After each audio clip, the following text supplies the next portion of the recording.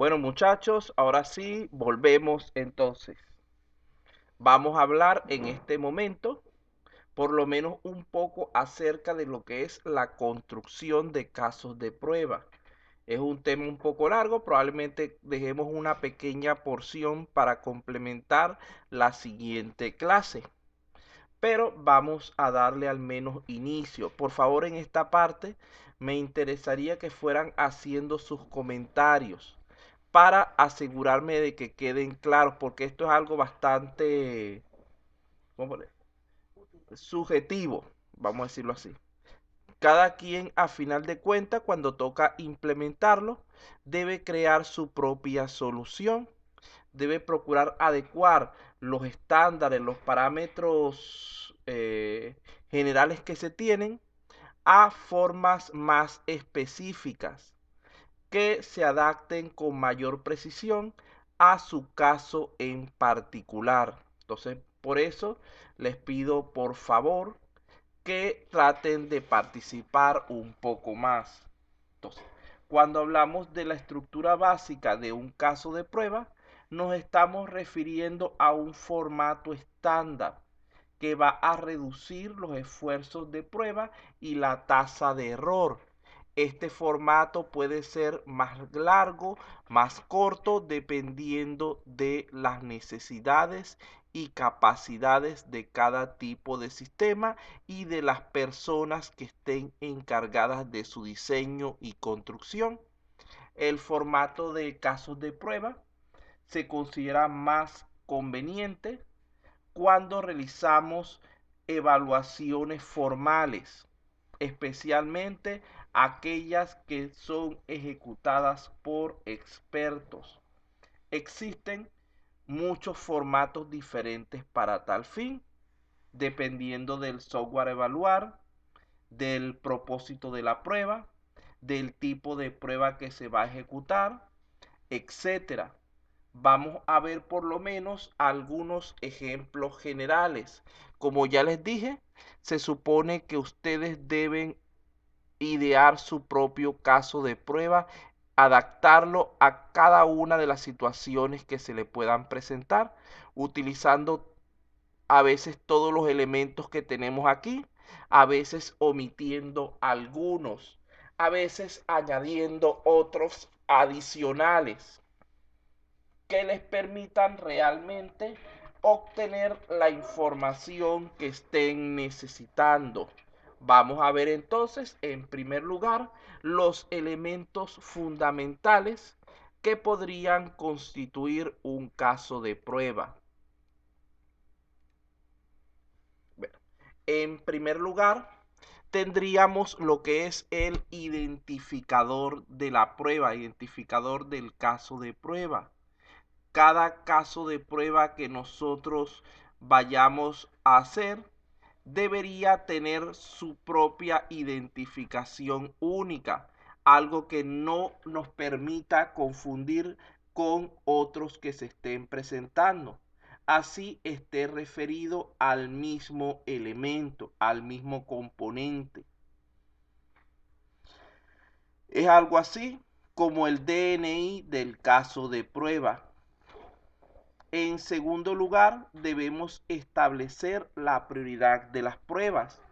Nosotros deberíamos iniciar en términos generales realizando las pruebas de mayor nivel primero para dejar de último las de nivel más bajo. ¿Por qué? Para que en caso de problemas por falta de tiempo, por falta de presupuesto, etcétera, se, hay, se hayan cumplido al menos con los elementos más fundamentales, con los elementos que tengan mayor peso sobre nuestro sistema. Luego de esto debemos indicar quién fue el que elaboró, el que construyó ese caso de prueba. Es decir, el nombre de la persona responsable de su construcción y diseño. Para con esto puede servirnos garantizar que esa persona esté suficientemente capacitada, conocer quién fue el autor en caso de que se presente algún problema porque el caso de prueba fue mal diseñado. Debemos saber también la fecha en la cual fue elaborado dicho caso de prueba, la fecha en la que fue diseñado.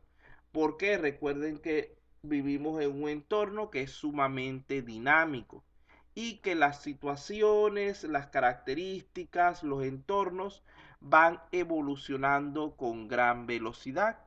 Un caso de prueba para por ejemplo, sistemas transaccionales diseñados hace 20, 30 años, probablemente hoy no tendría validez. Porque recuerden que hace 20, 30 años los sistemas eran de tipo local, de tipos computadores individuales. Actualmente se fundamentan mayormente en plataformas web. Anteriormente los lenguajes de programación eran de tipo estructurado. Actualmente se trabaja con otros tipos de lenguaje, incluidos los orientados a objetos, orientados a eventos y otros similares, que sus características son totalmente diferentes a las que tenían aquellos sistemas. Por lo tanto, estos casos de prueba pueden decirse de alguna manera que poseen un tiempo de vida útil, una fecha de vencimiento, debiendo ser ajustados, sustituidos o actualizados periódicamente para garantizar que el sistema esté siendo evaluado de manera correcta. El siguiente término sería ejecutada por. Simplemente es el nombre de la persona que va a realizar dicha prueba para saber o para tener en claro responsabilidades que puedan estar vinculadas y la fecha de ejecución.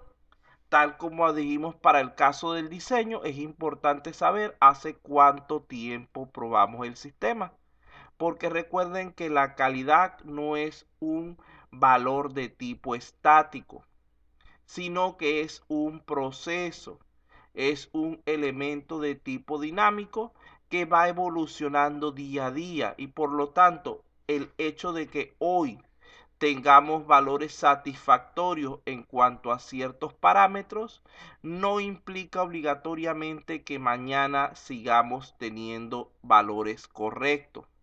Por lo tanto, hace falta el mantener un constante estado de vigilancia al respecto. Es como decir, las mujeres el examen que se hacen de mamografía. El hecho de que la mujer este año se hizo el examen y salió negativa, no tiene ningún problema. No tiene nada que ver con que vaya el año siguiente y le digan que sí está enferma de ese tipo de mal, porque recuerden que las situaciones van cambiando, un golpe, no sé qué tipo de causas pueda tener eso. Entonces debemos tener cuidado de no dejar ese tipo de pruebas así en el limbo, de que bueno, probamos hoy y ya no volvemos a probar nunca en la vida, porque eso sería un grave error. Eso podría perjudicar a mediano o a largo plazo el funcionamiento de nuestro sistema. Vamos a pedirle aquí ahora a alguien que lea estos dos elementos. Me quedé por Obando. Paucar, ¿tiene audio? Sí, profesor, sí tengo audio. Ajá. Por favor, ¿podría leer lo que está en pantalla? Ya, dice. Descripción. Nombre del título de la prueba. Debe proporcionar una descripción breve, precisa, concisa y reveladora del caso de prueba, como restablecer paz. El título es importante porque a menudo es lo primero o lo único que ven cuando escanea una lista de casos de prueba. Los títulos claros son la clave para ayudar a los evaluadores a encontrar rápidamente los casos de prueba correctos. Descripción, resumen de la prueba. Una descripción detallada del caso de prueba. En esta sección también puede configurar categorías para organizar sus casos de prueba en grupos lógicos. Muy bien, gracias. Profesor, en esta última parte eh, se entiende que es una prueba este, más precisa, ¿Cómo que más precisa? o sea, en el sentido de que se hace una definición bien que el caso de prueba no puede haber ningún tipo de fallas en cuestión a cómo se ha descrito el código. No, no, no, no, no. Lo estoy dando por otro lado. Vea lo siguiente. Eh, Cuando hablamos, vamos primero por aquí con la del nombre y después con la descripción. El nombre de la prueba quedamos claro que debe ser breve y debe ser significativo. Es algo similar a lo que utilizamos para nuestras variables. Porque esto es lo que realmente las personas que vayan a revisar nuestros casos de prueba, generalmente es lo único que van a ver antes de poder tomar una decisión si eso es lo que están buscando. Es como el título de un libro. Cuando ustedes van a buscar un libro, lo primero que hacen es ver el título. Si el título contiene ciertas palabras clave o les indica que está relacionado con lo que ustedes quieren estudiar, aprender, buscar, ustedes es que acceden a su contenido. Si no, no. Pasa lo mismo con las pruebas. Ahora bien, cuando hablamos de la descripción o resumen de la prueba, estamos hablando de una información general y bastante detallada de lo que se quiera hacer en el caso de prueba.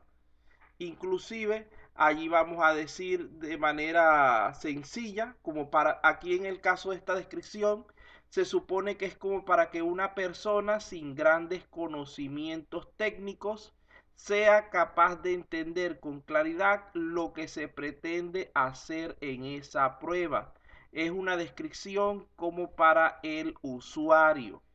Ahí no vamos a estar complicando con demasiados términos técnicos y palabras entrebuscadas. La idea es que allí la persona entienda de qué se trata ese caso de prueba realmente.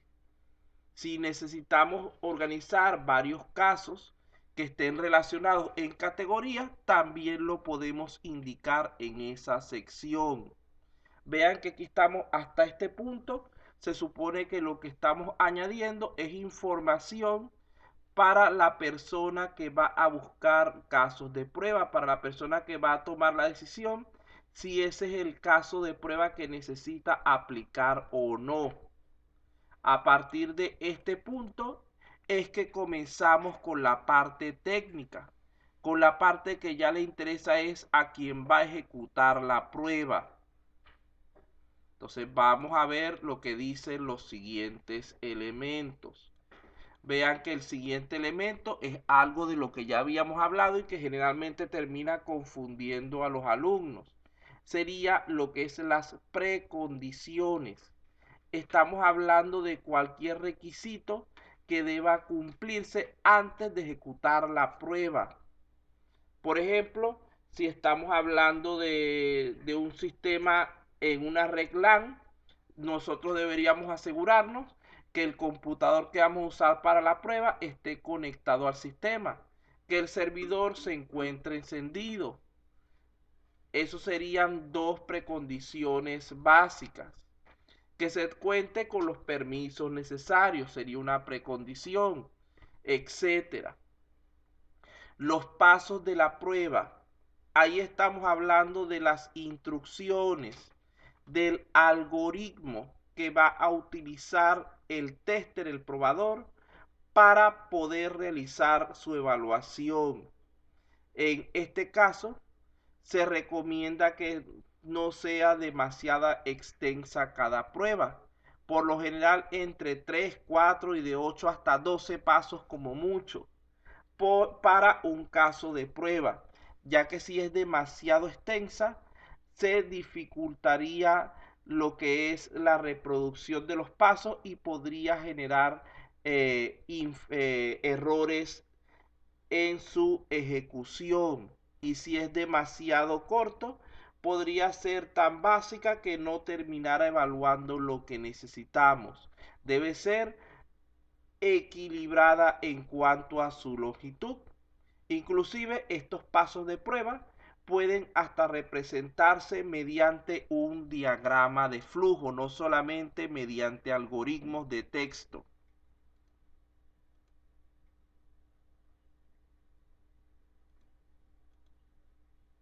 Luego de esto, tendríamos en sí lo que son los datos de prueba. Los datos de prueba, vamos a pedirle que lea para yo explicar y que alguien vaya leyendo, así vamos interactuando un poquito más porque no hablan mucho. Pau Carlos ya me lo habló. Ramos Salas, ¿tendrá audio? ¿O Paucar Espino?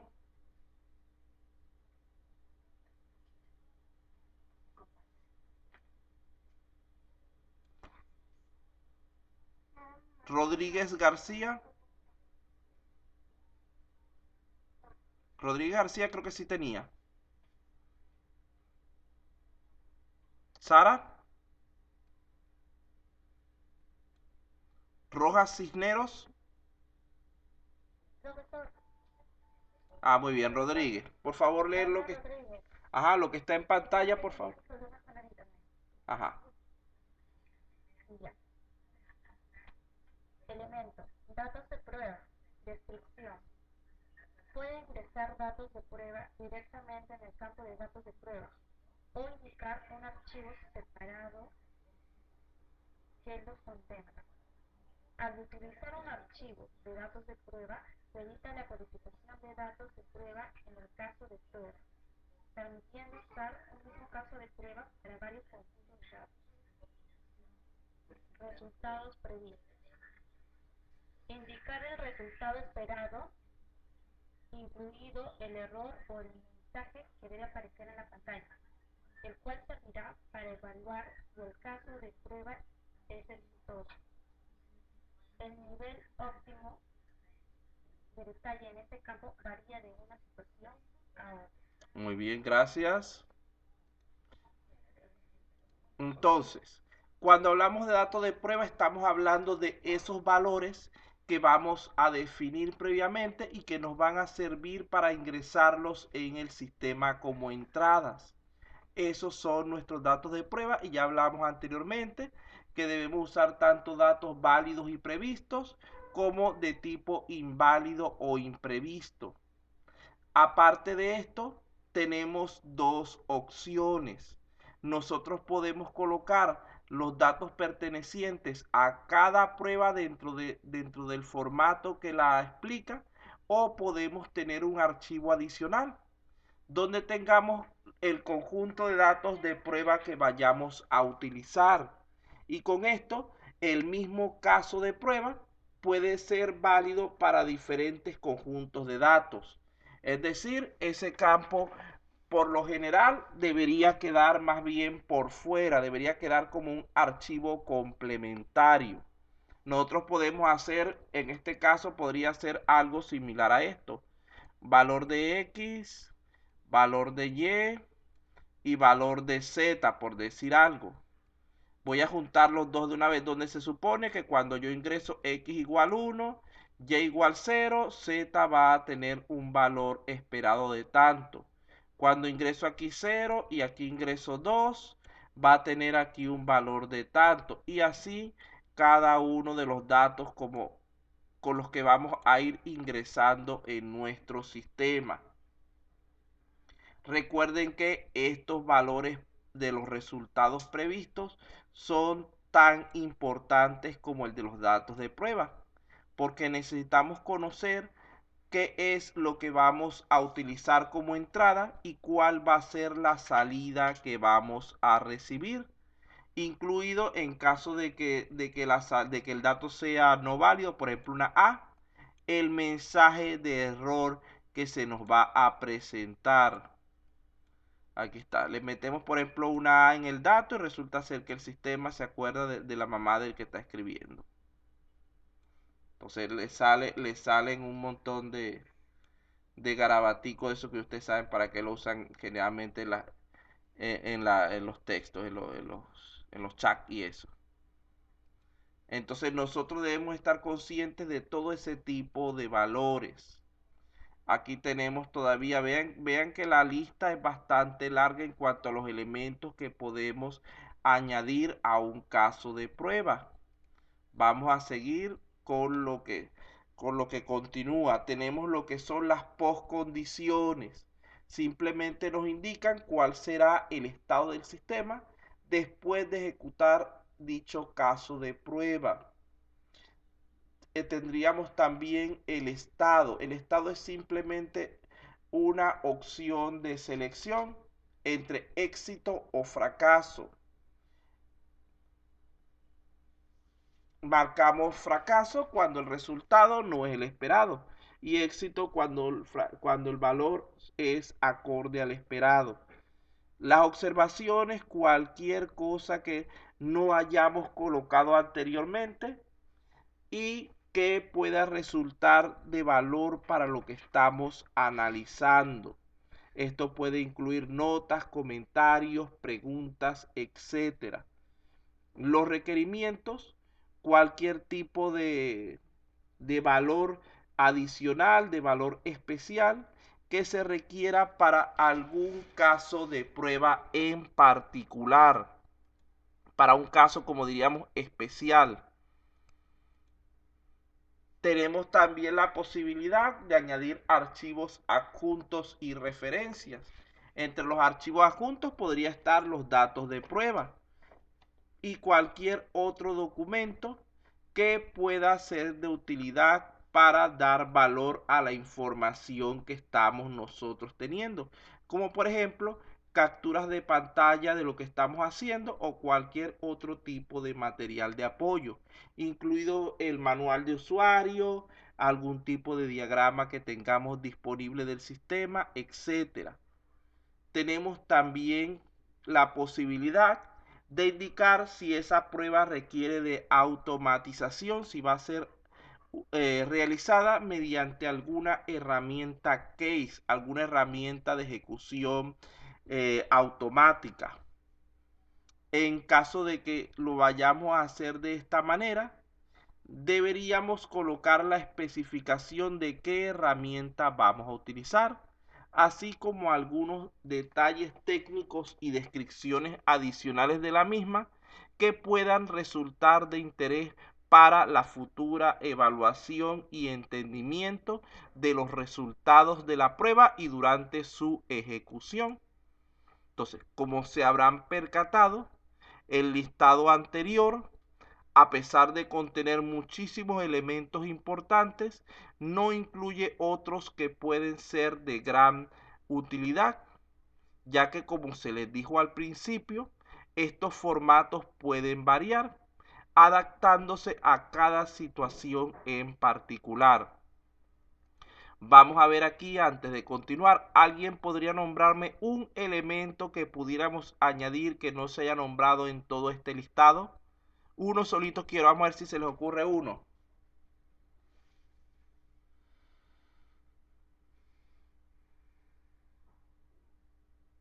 Algo que no se haya nombrado aquí y que podría ser de utilidad para como información complementaria o información vital para lo que es el caso de prueba. ¿Sería la evidencia, profesor? Evidencia, no sé qué quiere decir usted con evidencia para ver si es lo que estoy pensando. O sea, la comprobación del software. Usted no me está diciendo nada. No sé si se refiere a la evidencia como capturas de pantalla y ese tipo de elementos que nombramos nosotros dentro de los adjuntos. Otra cosa, ¿a nadie se le ocurre nada?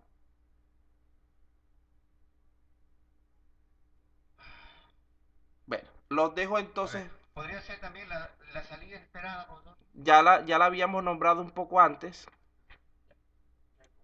Vamos a ver si, gracias porque está participando, se le agradece mucho, pero vamos a ver si logramos y decir, aquí está, esta es la salida esperada, resultado previsto, es lo mismo.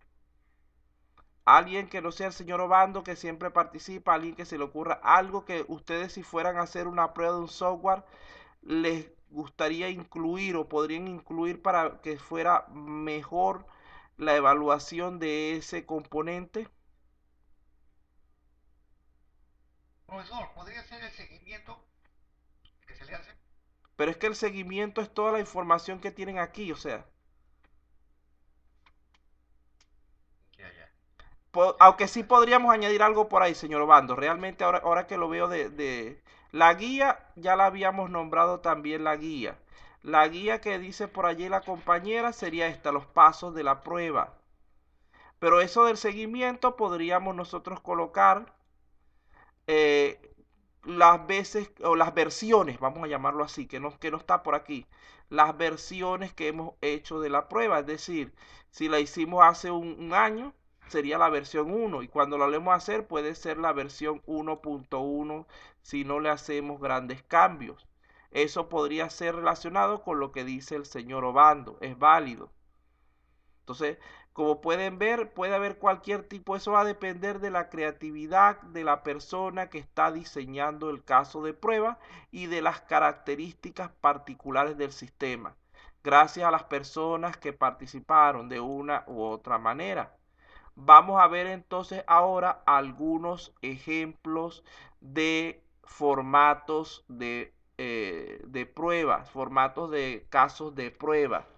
Este formato que tengo aquí, en realidad deberían ser 5 formaticos independientes, uno por cada letra de esta.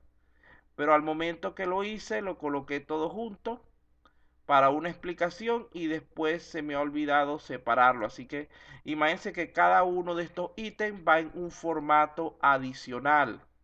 Entonces vamos a olvidarnos de los que están de aquí para abajo. Vamos a revisar solamente de momento el primero. Aquí hay 5 casos de prueba diferentes. Vamos a ver aquí, vamos a imaginarnos este sistema. Estamos hablando aquí de un formato bastante básico, bastante simple, bastante informal. Es algo mínimo que generalmente se le podría dar a lo que es el usuario para que registre al menos cierta información. Imaginemos que nosotros codificamos nuestra prueba. En este caso solamente le coloqué 01 para simplificar. Y decimos que esa prueba podría ser de tipo unitaria. Y la persona que la va a hacer sea el administrador del sistema. Donde aquí tenemos la descripción de la que hablamos que preguntó el señor Obando. Simplemente en esa descripción se dice qué es lo que se pretende con la prueba en términos de lenguaje natural, en términos sencillos que el usuario, que la persona pueda entender sin problema. Porque ese administrador del sistema, esa persona, por ejemplo, ese presidente del negocio, de la compañía, no necesariamente tiene que tener amplios conocimientos en computación. Pero lo que sí debe entender es ese enunciado de la descripción. Dice aquí, se probaron los módulos principales del sistema por separado para verificar su correcto funcionamiento de forma individual. Ahí estoy dando una definición de que es una prueba de tipo unitaria. En este caso, para el primero, se probó el ingreso al sistema mediante 3 tipos de usuarios diferentes. Entonces, vemos lo que sería la primera conjunto de pasos. Aquí tenemos una opción llamada o una prueba llamada validar inicio. En este caso, nuestro resultado fue éxito, fue satisfactorio. ¿Qué es lo que se iba a hacer o lo que se hizo paso a paso? Primero se ingresaron 3 usuarios diferentes. Dos de ellos están registrados, uno como administrador con todos los privilegios y otro como visitante, donde no tiene ningún tipo de privilegio. Está en 00. Y uno que no existe en la base de datos, donde el sistema debía permitir el ingreso solo a los 2 primeros, a los que estaban registrados. mostrando además su identificación en la cabecera del programa y redirigiendo al tercero hacia una pantalla de error. Vamos a borrar aquí un segundito. Dame aquí. Vamos a imaginarnos eso convertido en un algoritmo o en un diagrama de flujo. Aquí tendríamos que hacer, primero que tendríamos que hacer que aquí estaría nuestro inicio. Luego de allí dijimos que lo primero que íbamos a hacer era leer los datos. Leemos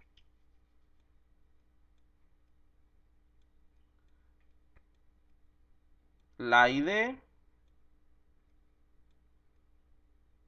y la clave. Una vez que hayamos leído esa ID y esa clave, el sistema debe pasar por un filtro donde ID debe existir en la base de datos.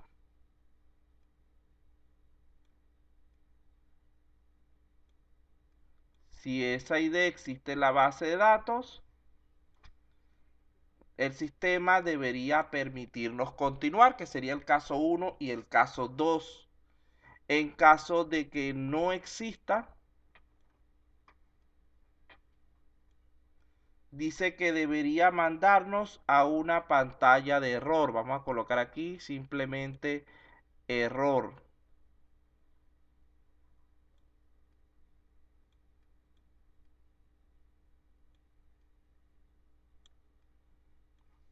Y verifica también que la clave sea correcta. Verifica la clave. Si es sí, continuamos. Si es no, lo mandamos también a la pantalla de error correspondiente. Entonces vamos a empezar con uno, imaginando que estamos primero con uno de los dos usuarios. Luego de esto, si el usuario es correcto, debería mostrarnos sus datos en lo que es la cabecera del programa y permitirnos pasar a la siguiente, al siguiente componente, terminando con el módulo que estamos probando. Ahí terminaría nuestra prueba. Vean que simplemente lo que estoy haciendo es convirtiéndolo en un diagrama de flujo. También se pudo haber hecho como un algoritmo. Paso 1, leer ID.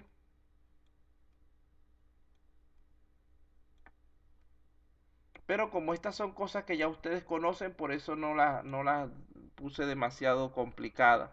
Luego leer la clave.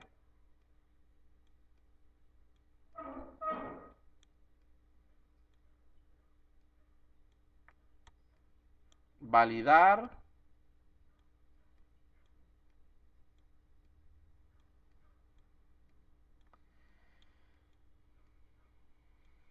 Validar la ID, validar la clave.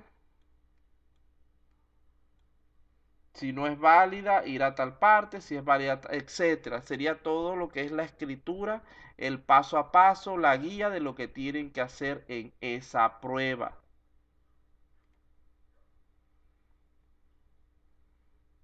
Debe volver a levantar la diapositiva, ya. Luego de aquí, una vez que hemos realizado toda la prueba, decimos que el resultado es satisfactorio. Pregunto, solamente para esa opción A, ¿cuántos casos de prueba deberíamos generar o cuántos conjuntos de datos de entrada, de datos de prueba?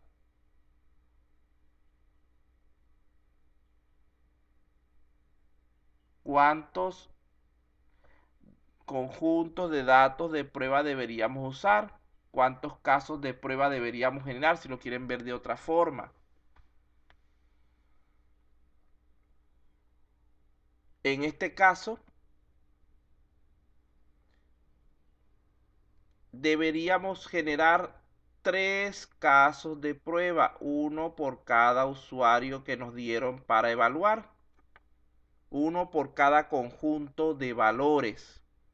Es decir, nosotros vamos a tener 3 pares de ID y contraseña. Cada uno de ellos podría representar un caso de prueba independiente. Aunque en estas situaciones lo más adecuado es crear un caso de prueba general y tener un listado con los 3 pares o los 3 conjuntos de valores de prueba para no abultar demasiado lo que es el archivo de la información. Entonces, una vez que hemos hecho esas pruebas, no necesariamente las 3 nos tienen que dar éxito. Puede ser que nos dé éxito una, nos den éxito 2 o nos den éxito las 3 o no dé éxito ninguna. Eso va a depender de lo que suceda realmente en el sistema. Simplemente yo estoy colocándolo aquí así a manera de ejemplo. Finalmente tenemos las observaciones. Aquí se coloca cualquier tipo de información que consideren de utilidad. Por ejemplo, no se encontraron errores. Todo funcionó bien, etcétera. Entonces debemos estar pendientes en cuanto a eso. Vean que este tipo de formatos de caso de prueba no se utilizan tan solo para lo que es la parte de pruebas unitarias, que creo que este formato simple realmente no se utiliza mucho en pruebas unitarias ni tampoco en las de integración, aunque es totalmente válido, sino que es más aplicado en pruebas de aceptación y pruebas beta, donde el usuario es quien va a llenar el contenido. Por lo tanto, donde él va a ir anotando lo que va haciendo paso a paso, o nosotros le podemos dar esas instrucciones para que él haga las primeras pruebas. Pero después de allí él va a ir colocando los datos que considere necesarios. Entonces aquí tendríamos un modelo sencillo, utilizable sobre todo cuando estamos ante situaciones de tipo informal, sobre todo para pruebas de usuario que no va a llenar tanta información como lo haría un experto, sino simplemente lo más básico. Luego de allí tenemos también ciertos formatos de tipo semiformal, los vamos a llamar. Son más detallados que los anteriores, pero aún no es el modelo más formal, más estandarizado de criterio internacional, sino simplemente es una pequeña porción del mismo. Vamos a ver aquí un caso sencillo. Vean lo siguiente, este formato de prueba creo que se los mostré la semana pasada, no estoy seguro, pero si no, igualmente. Ya aquí tenemos toda la información posible. Vean nuestra prueba. Este caso número 1, vamos a probar el módulo de login para determinar la disponibilidad del sistema. Ustedes se recuerdan que cuando hablábamos de los elementos básicos de la seguridad, hablamos de disponibilidad, de confiabilidad y de integridad. En este momento, la prueba que queremos hacer es para verificar lo que es la disponibilidad del sistema. ¿Qué significa que el sistema o qué significa disponibilidad para un sistema informático? ¿Quién me podría decir? En términos sencillos, con sus propias palabras, no necesitan estar buscando en el Google ni en las clases anteriores.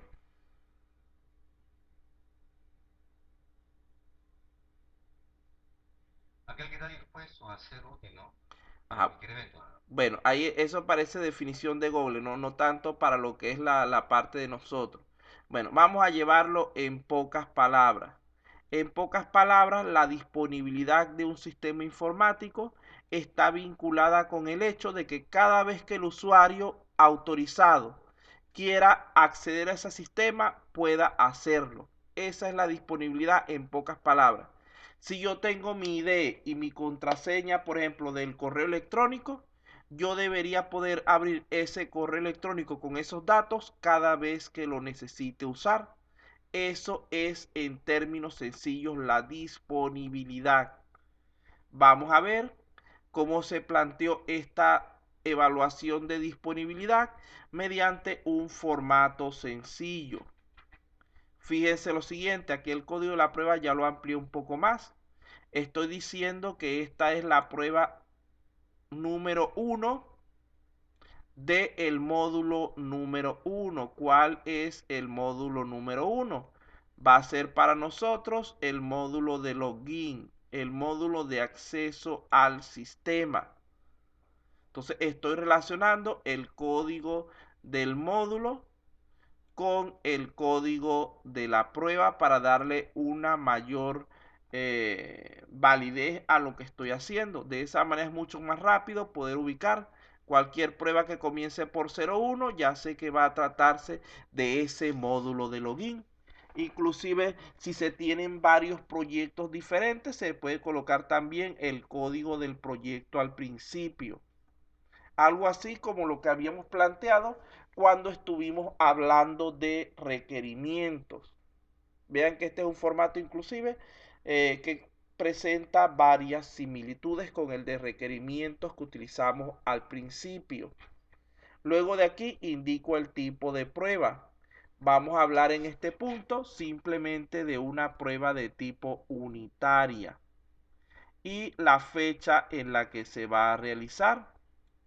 Aquí tenemos la persona que se encargó de realizar la prueba. En este caso soy yo y tengo por cargo en ese momento líder del proyecto. Es decir, ya está pasando a ir haciendo las primeras verificaciones formales del sistema. Luego de allí indico qué módulo del sistema es el que estoy evaluando. Podría añadir aquí, repito, el nombre del sistema antes de este módulo si tengo varios proyectos diferentes. Si tengo un único proyecto, no necesito indicar cuál porque no hay más. Aunque es bueno colocarlo porque a futuro se supone que un equipo de consultores, de desarrolladores que hacen pruebas, van a tener varios sistemas que van a ir evaluando, no uno solo. El nombre de la prueba, buscamos algo significativo y corto. Disponibilidad de acceso. Ya con esto sabemos qué es lo que vamos a probar de acuerdo a lo que se definió al principio, de acuerdo a lo que les dije que significaba la palabra disponibilidad. Hacemos una breve descripción como para que el usuario, la persona, entienda de qué se trata la prueba, procurando no utilizar demasiada terminología técnica, porque recuerden que el tester puede ser un usuario y el usuario no tiene el conocimiento, no tiene el nivel para tales contenidos demasiado técnicos. Entonces vean que colocamos una descripción bastante sencilla. El usuario registrado podrá ingresar al sistema cada vez que así lo requiera. En realidad eso es la definición de disponibilidad, que es lo que queremos probar en ese momento. Las precondiciones establecemos para este caso, en primer lugar, que el usuario de prueba debe estar registrado. Si no está registrado, ¿cómo va a poder entrar? Entonces recuerden que necesitamos en este caso es validar que esa persona con datos correctos sí puede entrar al sistema. Luego de esto, debemos también tener como precondición que el usuario debe conocer esos datos. Nada haríamos si nosotros creamos un usuario registrado y al que va a hacer la prueba no le damos esa información. Por lo tanto, eso sería otra precondición. Otra precondición podría ser que el sistema, que el servidor debe estar activo, debe estar funcionando. También podríamos añadir aquí como una cuarta condición que el equipo que estemos nosotros utilizando para la prueba tenga conexión, esté conectado, bien sea por internet, bien sea por una red LAN, etcétera. Entonces necesitamos estar conectado. Porque si cumplimos con las tres anteriores, pero nuestro equipo no tiene conexión, no vamos a poder acceder a ese sistema si es de tipo web. ¿Estamos claros en esta primera pantalla? ¿Alguna duda, alguna pregunta?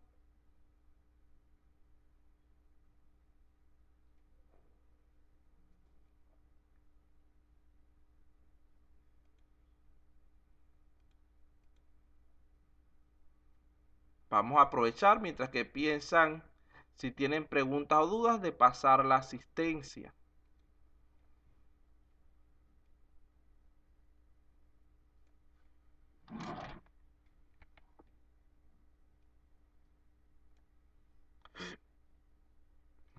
Esto es comprobación de software.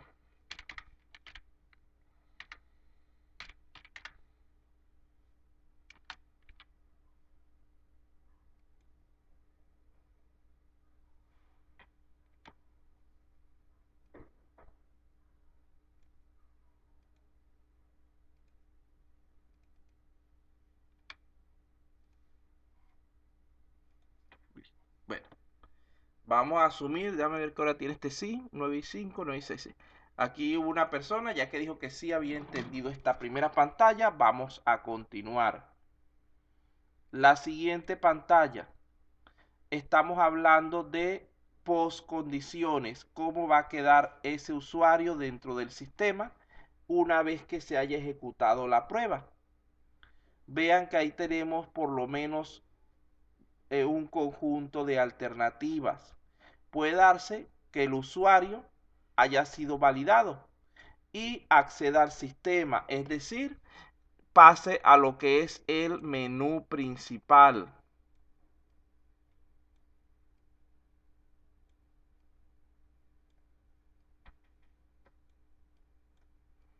Logre acceder a lo que es el menú principal. La otra opción es que el usuario no sea validado, en cuyo caso tendríamos varias alternativas. Uno es que se le muestre una pantalla de error, datos incorrectos, o consulte al administrador del sistema si no se puede registrar el mismo. Otra podría ser que se le solicite crear la cuenta. Dependiendo del tipo de sistema, recuerden que hay unos que permiten crear las cuentas del mismo usuario y otros que no. Otro, que se le envíe a una página de recuperación de datos, bien sea del usuario o bien sea de la clave. Y otra, que se le devuelva la misma pantalla donde intentó ingresar inicialmente los datos. Vean que aquí ya tenemos varios sitios donde vamos a enviar a nuestro usuario en caso de que la prueba falle o de que sea exitosa. Estoy tratando de cubrir lo que sería la mayoría de las alternativas comunes para este tipo de sistema. Luego tendríamos lo que es el resumen de la prueba. Ahí sería el paso a paso. Yo coloqué aquí en algunos casos 2 en 1, pero esto debe ser una por cada línea. Pero como no hay espacio para la diapositiva, junté algunas. Paso 1, abrir el navegador. 1.1, ingresar la URL del sistema. Por ejemplo, en este caso, Telesub no sé qué, arroba tal, punto com. Después de que añadimos esa URL, esa dirección web, esperamos a que el sistema nos cargue la pantalla de login, que sería el paso 1.2. Paso 2, ingresamos nuestros datos de acceso, que se supone que están correctos, que son conocidos por nosotros. Sería el identificador de esa persona y su clave y le damos entrar, enviar como se haya colocado en el sistema. Una vez que hacemos esto, el sistema valida los datos. Si son correctos, nos envía a la plataforma, es decir, nos permite ingresar al campus, por decir algo. Y si son incorrectos, nos redirige según convenga a una de estas 4 alternativas que ya habíamos nombrado. Esto sería redirigiendo según convenga, sería hacia allá arriba.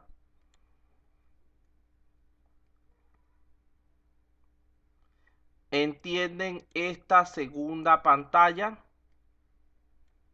¿Alguna duda, alguna pregunta sobre esta segunda pantalla?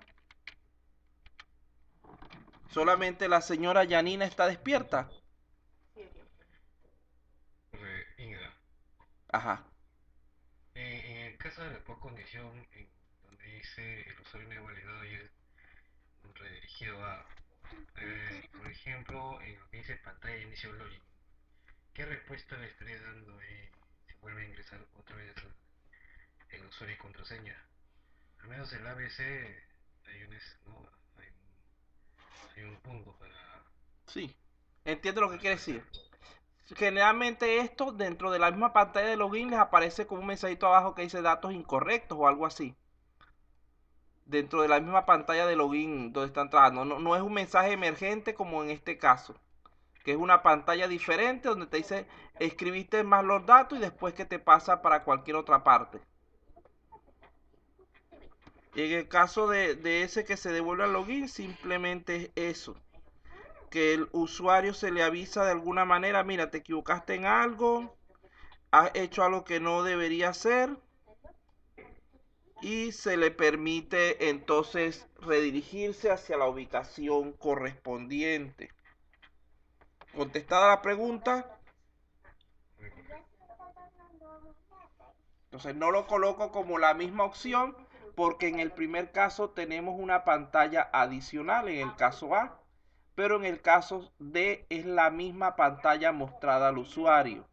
Simplemente que cambió un poco en alguna parte y le hace esa observación que es bastante común. ¿Alguna otra pregunta? ¿Alguna otra duda?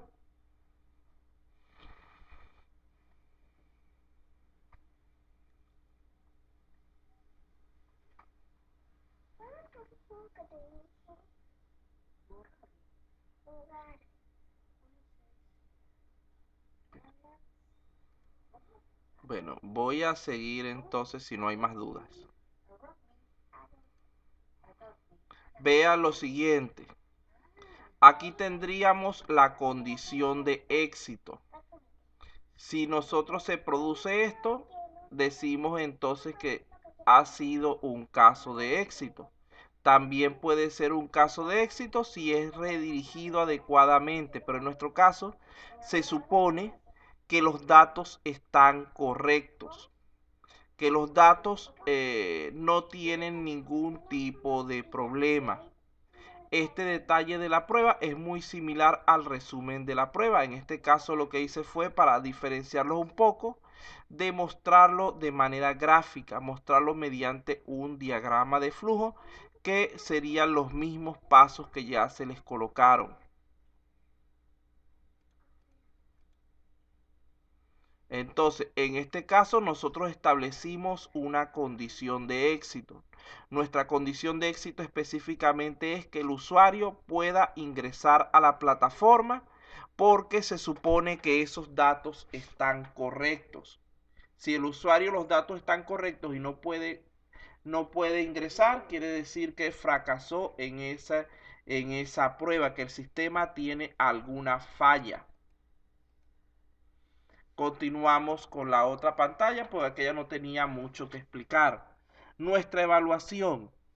Aquí simplemente seleccionar si fue éxito o fracaso. Simplemente se escribe una de las dos palabras. Satisfactorio o se detectaron errores, como quieran decirlo. El éxito significa que se cumplió con lo que es la condición que teníamos aquí establecida. Es decir, que el usuario pudo acceder correctamente al sistema con los datos que ya les habían sido suministrados. Los resultados obtenidos se pueden redactar de diversas maneras.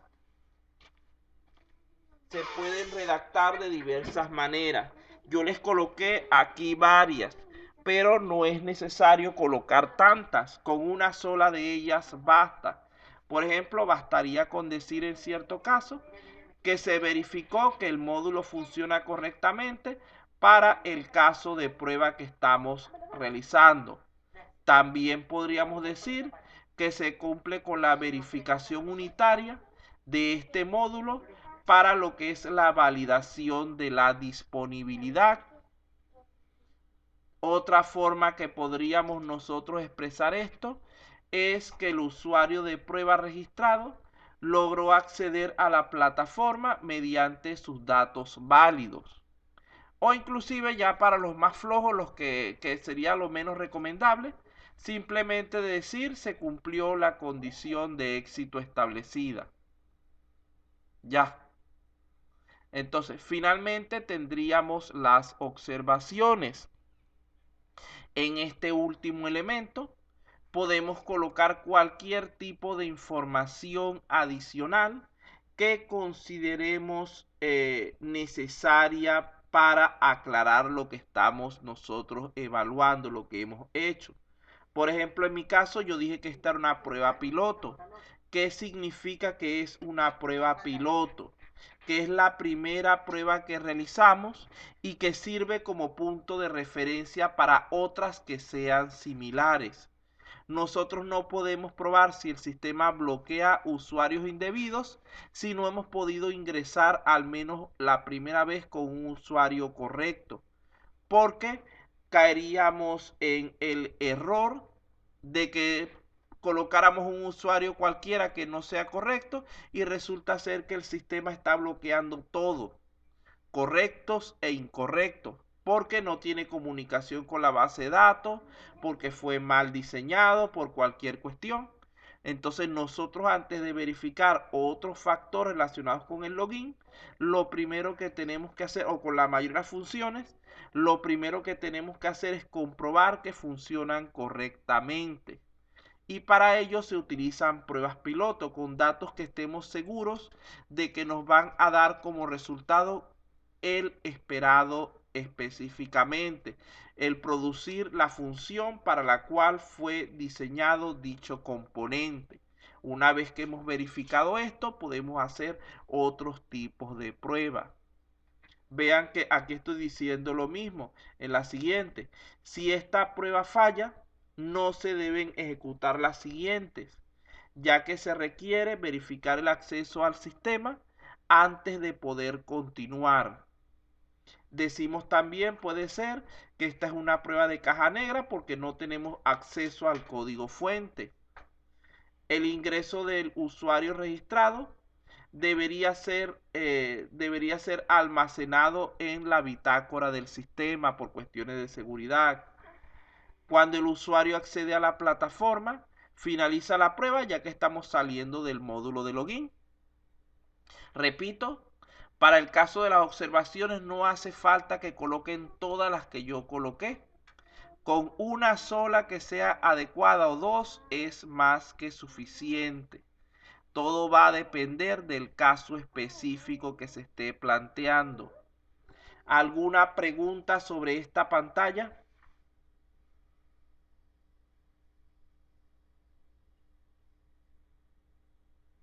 Pareciera que no, vamos a continuar. Vean que por eso precisamente es que los primeros dos temas los pasé. Diga, señor Obando, que vi que como que levantó el micrófono.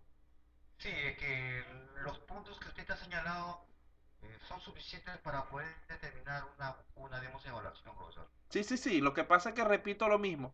No siempre va a ser o no es obligatorio que coloquen todo lo que yo estoy colocando allí. Porque hay varias frases que son paráfrasis de las otras. Yo lo que estoy dándoles la idea de cómo podrían redactar esas observaciones y esos resultados. En el momento de su prueba, ustedes pueden colocar solamente una o dos de esas ideas y listo, ya tendrían completa esa sección.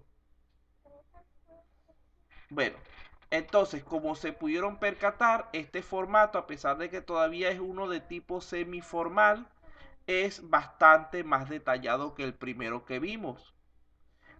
Y contiene muchos más de los elementos que estuvimos viendo en el listado inicial acerca de los casos de uso, los cuales no fueron solicitados, inclusive puede que haya alguno que no haya estado incluido en lo anterior, ya que recuerden que este tipo de elementos pueden variar de acuerdo a nuestras necesidades particulares.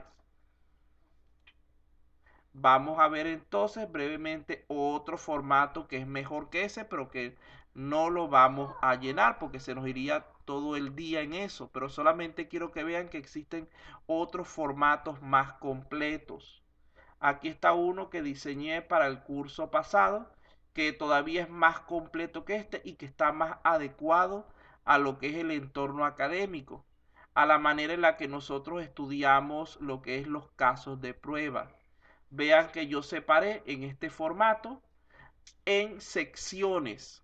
Mi primera sección es la de identificación, donde tenemos en primer lugar la descripción del proyecto. Recuerden que todas estas explicaciones son en términos del lenguaje que pueda entender el usuario. Y aquí pregunto, ¿qué elementos de identificación están presentes aquí que no estaban en el caso anterior? Teníamos en el caso anterior descripción del proyecto. No la teníamos. ¿Teníamos descripción del módulo? Sí la teníamos. ¿Teníamos descripción del requerimiento asociado a ese caso? No, profesor. No lo teníamos. ¿Teníamos descripción de la prueba? Sí la teníamos. ¿Teníamos descripción del responsable? También lo teníamos. Al menos aquí se han añadido dos conjuntos de datos bastante útiles, bastante importantes, que sería el proyecto al cual se relaciona y el requerimiento con el cual está vinculado. Vean cómo pueden surgir elementos adicionales en cualquier momento.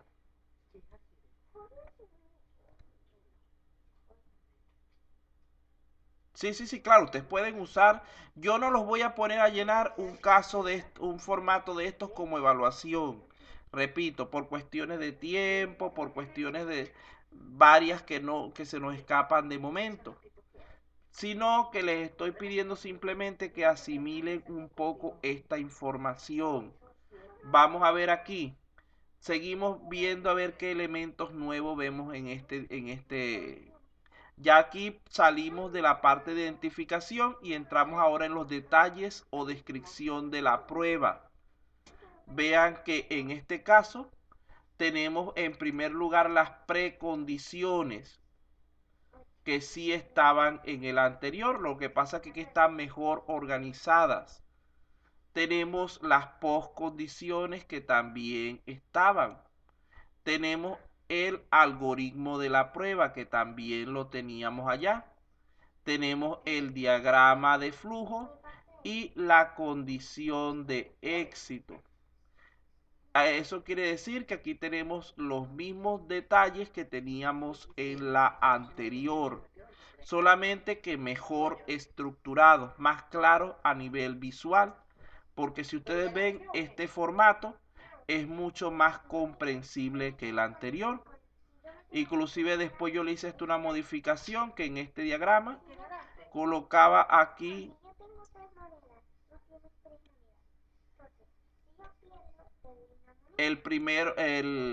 aquí podríamos indicar las entradas, los procesos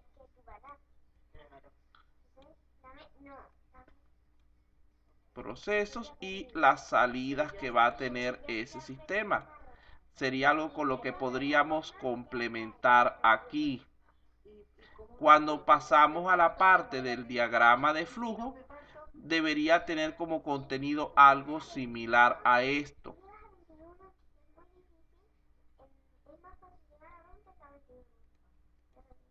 Entonces, después de esto tendríamos una tercera sección donde simplemente vamos a ver cuál fue el resultado de la prueba. Aquí solo hay que marcar con una X si fue un éxito o si fue un fracaso. Y en la parte siguiente, que es el análisis, explicamos lo que sucedió. Y aquí tendríamos lo que es las observaciones que podamos añadirle. Y ya con eso sería ese formato que es más formal que el anterior, pero aún sigue siendo semiformal porque no es el formato completo. Vamos a dejarlos por aquí por el día de hoy para no sobrecargarlos. De todas maneras, como saben, existen desde los modelos más sencillos hasta los más extensos y detallados cuando hablamos de formatos de casos de prueba, pudiendo complementarse o no con diagramas de flujo que permitan mejorar la visualización del problema. Entonces ya con esto, muchachos, damos por concluida la clase de este día por cuestiones de tiempo. Ya se nos está acabando el tiempo. Si tienen alguna duda, alguna consulta, por favor aprovechen para preguntar.